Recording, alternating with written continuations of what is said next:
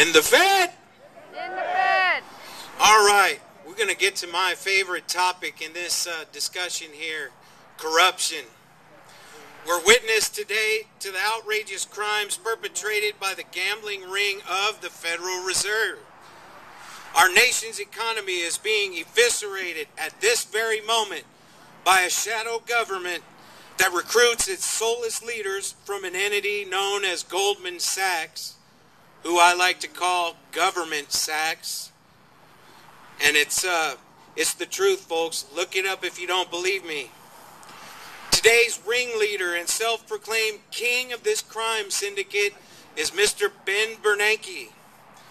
During its first term in the Bush administration, the Fed has gained more power than it ever had since 1913. After the passage of the Troubled Assets Relief Plan and the notorious ripoff called the stimulus, it should be blindingly obvious to see that our government has been hijacked and our newly elected officials are willing players in this giant Ponzi scheme.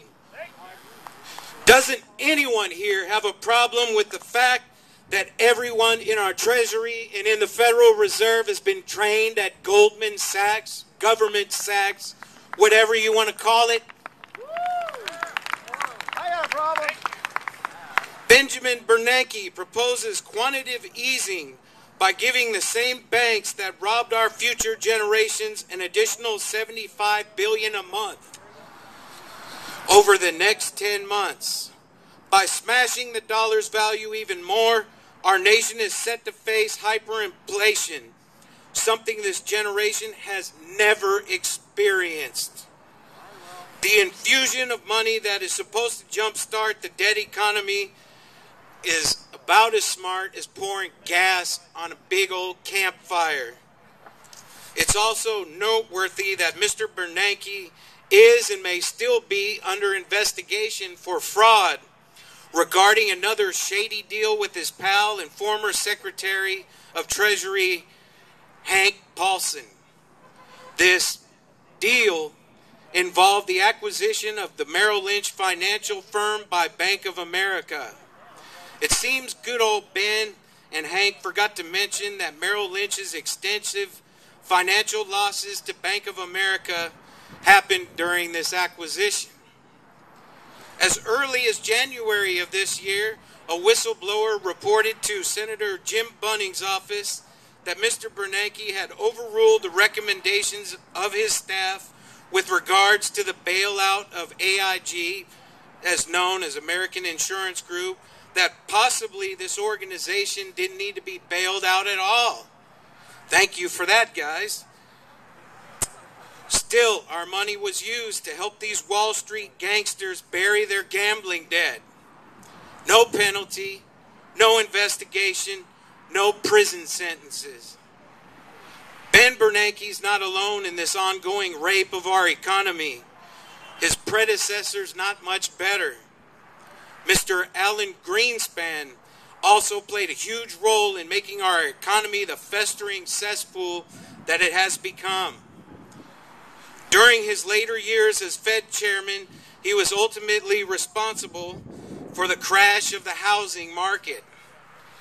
Greenspan encouraged home buyers to utilize and promoted the adjustable rate mortgage program. This program let buyers that normally couldn't get a real mortgage afford a home loan and squeeze in at lower rates. For people with bad credit, the shadow banking system was created by treasonous investment firms and treasonous hedge funds.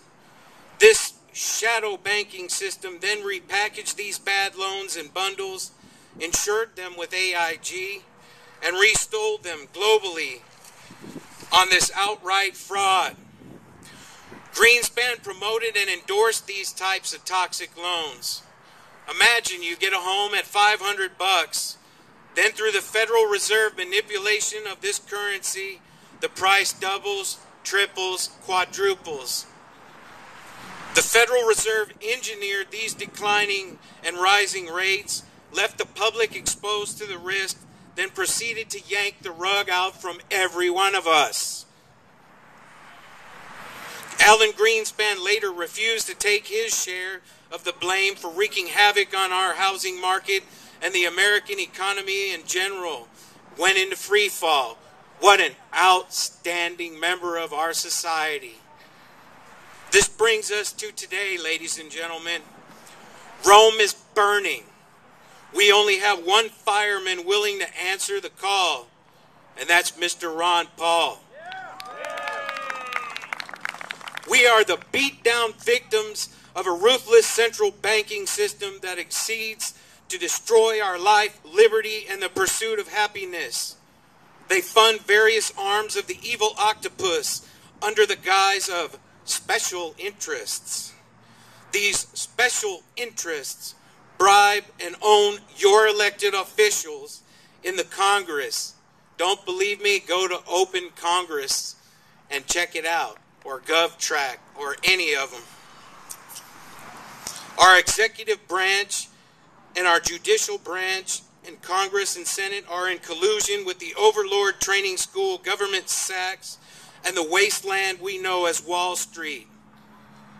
The Federal Reserve funds them all, and it's time to get rid of this mistake. They seem intent on printing worthless fiat currency that decreases in value. Look around you. The United States, a once proud nation, is crumbling into ruin. Your family, your friends, your neighbors, losing their homes, their businesses, their jobs.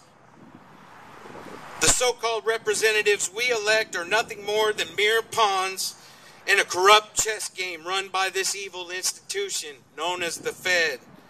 It is time to break the chains of slavery.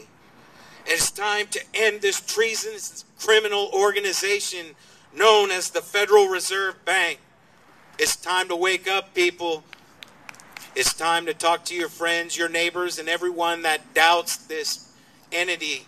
It's crushing America, and we're going to find out in the next 6 to 7 months. This quantitative easing is going to knock us out.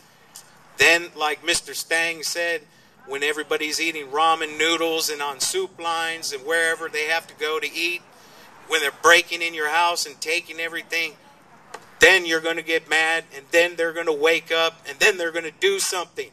And the Fed! And the Fed! Thank you very much.